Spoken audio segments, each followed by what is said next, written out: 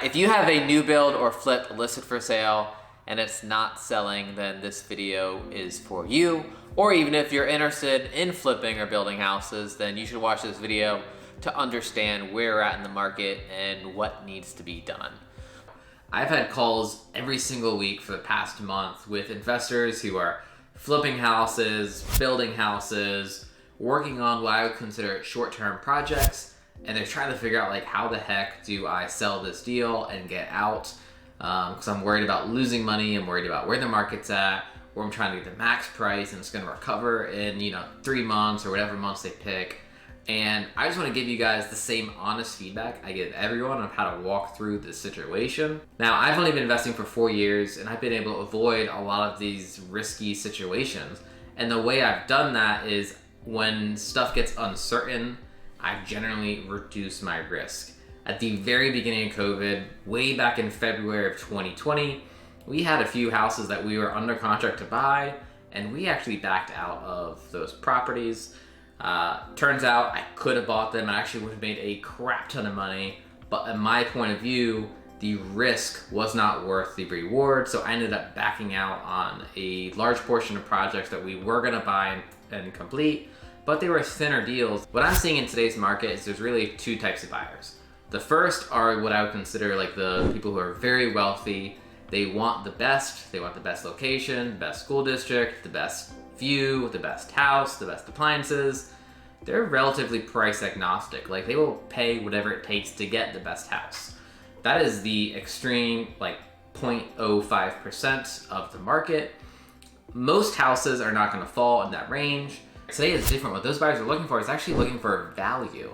And I think the reason they're looking for value so much, they're worried about paying a price today that while it's coming down, they're gonna overpay and the prices could drop 10 or 20%. And then they look like the idiot and all their friends and family around them are like, why are you buying right now? Don't buy wigs that come off at the wrong time. So what they're looking for is value. They wanna find and they wanna be able to justify, like, I bought this house today because it's $100,000 cheaper than this other house on the same street and it looks the exact same, and the only difference is it's 50 square feet smaller. Realistically, it might have some more differences, but like from their view, it looks like a great value. So in my opinion, you have two ways to price a house when you go to sell it. You can price it for what you hope to sell it for and what you might be emotionally attached to, or you can list it at a price that is one of the most competitively priced houses in the area for the value you're giving. I personally think pricing it for the price you hope to get is kind of lofty, and it's not the time in the market to do that. I would much prefer you price it to be one of the most competitive houses, like a great deal where, like, if there's 5 people buying in this neighborhood or in this area in December, all 5 of those people are gonna look at your house because it's such a great value. And what I mean by great value, I don't mean necessarily just the lowest price. I mean value based on the condition, the size, and the location, that yours is the best deal for them. It might be $30,000 cheaper than the house down the street, and you're gonna get the attention, and you're likely gonna be the one that gets the offer and goes under contract. You might even get above asking price on that house by pricing it competitively. But the trap a lot of investors fall into is they just get emotionally attached. Like I said, don't get emotional about real estate. And they're not willing to cut their losses. So I had a call with an investor this morning who's freaking out, completely understandably, because he has 2 projects and he's new and he's over leveraged on them, and the one he has listed for sale isn't selling. It was an interesting conversation because there's a lot of lessons in what happened and the risks that were taken that you should be able to take away from this and not make those same mistakes and not take those same risks, or at least not take them without fully understanding what they entail. So the first issue is just at a high level. He tried to push the market and sell a house for $550,000. His break even on it with all of his financing was $475,000, and I think the correct sale price was about $500,000. So already the margin on that deal is really thin. You're gonna do a $500,000 project that might net you $25,000 in profit after your real estate commissions, your interest, your taxes. $25,000 profit on a $500,000 deal is a really slim margin. That is a 5% margin. No, there's very little profit in this item. And that doesn't even take into equation that he did all of the work himself at cost. So that is just a abysmal deal. Like, I don't do a deal unless I have at least a 30% margin, preferably a 40% plus margin. Was this a deal? He did this deal for a 5% margin, and he justified it by saying that, well, I think I can, push the market, and also it's my first deal, so I just want to get one done, which is like completely understandable to want to get your first deal. Even if you break even, it's a good way to get started.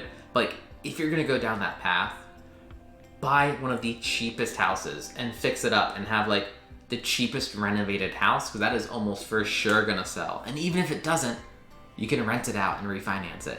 And even if you sell it at 10% less, it's not detrimental. You're gonna lose, instead of losing 50 grand, you're gonna lose 15,000. It's like, you're much better off, if you're gonna go for one of those break-even deals, do it on the cheaper end. He did it on a $500,000 house, and he actually did it on two of them. He bought one in April, paying way over list price on the MLS, and then he bought another one in June from a flipper who bought it and got started and then wanted out of the project. Now, houses that are halfway flipped, houses that are gutted by another flipper, houses that are midway under construction by a builder, when those people want to sell, they're typically selling a problem. It's a problem with no solution. So I would recommend, if you're a new investor, avoid those deals at all costs. Those are really only meant for experienced investors. And you have to ask yourself, if you're getting access to this deal, think of how many experienced investors, experienced builders and investors passed on that deal. So you have two main issues right now. The first issue is you have really thin margins to make money on, and if the market moves in any direction, that has a huge impact on your profitability and whether you're gonna make 30 grand or lose $100,000. It's a serious issue. The second issue is you outbid a lot of experienced investors to buy these houses. That is a bad thing because they have better processes, better systems, better subcontractors. They can normally get a project done faster and cheaper than you can because you're new. So like, you want to be really careful of that. If you're doing your first deal, you got to figure out a way to get a discounted house that other people aren't bidding on. So this is going to bid up the price to a point where the risk isn't worth reward. And fast forward to today's market, that is really exaggerated. He had a hard money lender lend him 80% of the purchase and renovation, and he was supposed to bring the remaining 20% as cash into the deal. Now, rather than bringing cash, he actually got a lender to lend him that money, so he had a total of 100% financing on the deal. Now, this by itself does make a deal more risky. In my opinion, it should only be used when your margins are like 40 to 50%. His margin was 5%, so it's not the time to use it. And the reason it's a major issue is the interest payments on this one loan is about $4,500 a month. Then you also have your insurance and taxes on top of that. Now, when you combine all these factors together, overpaying for a property, really thin margins on your first deal, 100% financing with expensive debt, low reserves, a market that's going down, and you tried to push the prices, that can be a really dangerous spot. So now that we've talked about all the issues in this deal in particular, let's talk through the solution. Thank you. Jen, we have a solution. So the first thing you want to do, and you should have done this before you bought the property, but you want to analyze it and see if it works as a rental property and see how much debt it can support. Now, I have other videos on underwriting where you can look at that, but you want to figure out how much can I refinance out so I can pay back the lenders I have. Do I need to bring cash to the table? Is that a feasible option?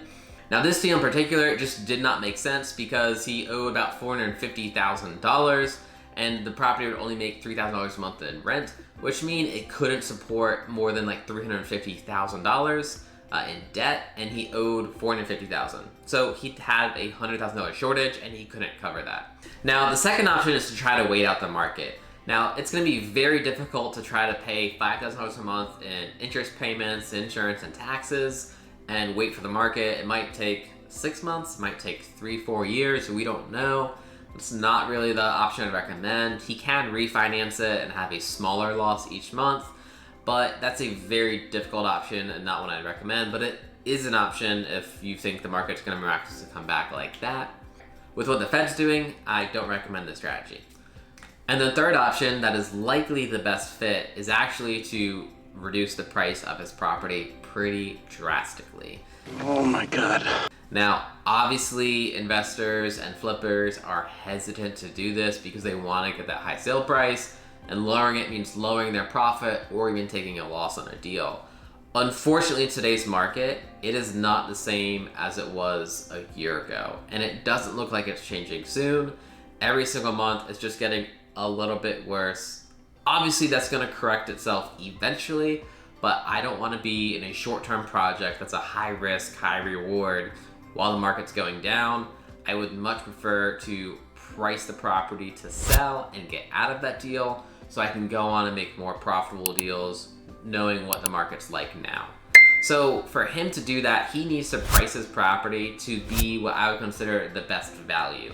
That is the best condition, the best square footage, and the best price. That the combination of those three things have the best value in that market, so that for the 5 buyers that are looking in that area, your house is gonna be at the top of that list, or at least be like one of the top 2 or 3 contenders that they're gonna go look at and make offers on. I'd price the property to sell. Now, in his situation, that means he's gonna lose money on the deal. I know that historically news divisions are expected to lose money. And he needs to have the conversation with his private lender who lent him that 20% down. He needs to have a conversation with them and figure out some type of repayment plan so that he can pay them back the money that is not going to be cleared at closing. The other option is that, that lender could foreclose on him, which is a very real option. Now, a lot of private lenders might not foreclose on you for 20%, but you have a legally binding contract and you owe them that money. You owe them the principal and the interest payment. So I would have that conversation with your private lender and explain to them what's going on in the market and the options of do we wait it out? And that's very expensive to do. Do we just cut our losses and sell now and you and I work out a repayment plan? You need to have that conversation with them because they are part of the conversation. Because the other option is they foreclose on you and then they have the problem, which they probably don't want. They'd much rather you handle the issue, and if they lent you, let's say, $100,000 on the deal and you owe them $110,000 with interest, if you could pay them back, let's say $80,000 at closing by reducing the price, and you're making, mind you, no money on the deal, but your lender gets 80 of the $110,000 back, then you're left owing that lender $30,000, and you can work out a repayment plan with them for that $30,000. That's what I would recommend doing for this investor. Now, I don't mean to make this video to scare you. This is a perfect storm of issues. A lot of them are preventable, and you can still make money flipping houses in this market. Now, this is a new investor who made almost all of the mistakes you can make. They overpaid for a property, they did extremely thin margins, they didn't have the cash reserves needed, and they got 100% financing on a deal that should have never been financed that much. And the market was going down while they were shooting for a really high price. So they made a lot of mistakes in this deal. If you were to flip in today's market, you need to be really conservative on your sale price when you're done, or your ARV. You need to be really conservative on that. The second thing you need to do is make sure you have the best valued house when you go to sell. You've got the best 2,000 square foot house there is on the market, because you've got this fancy kitchen, or you have the cheapest 2,000 square foot house in the market that's livable and in good shape. You just need to have the best value. The third thing I'd recommend doing is only flip houses that are priced at or below the median home value for your area. That's gonna insulate you some, and you're gonna have a much larger pool of buyers who would be interested in your house. And the fourth and final thing is you need to make sure the property makes sense as a rental property, so you can at least break even and pay off your lenders and just keep the property as rental property and wait to sell it into the future. With the properties I'm doing right now, 100% of them work as rental properties. In fact, I'm not selling any of them. I'm keeping all of my flips as rentals because they make money for a cash flow standpoint, and there's huge equity in there when I go to sell it, and I'll be taxed much less because it's long-term capital gains, not short-term. If you guys like this video, let me know your favorite part or what can be improved, and I look forward to seeing you guys on the next one.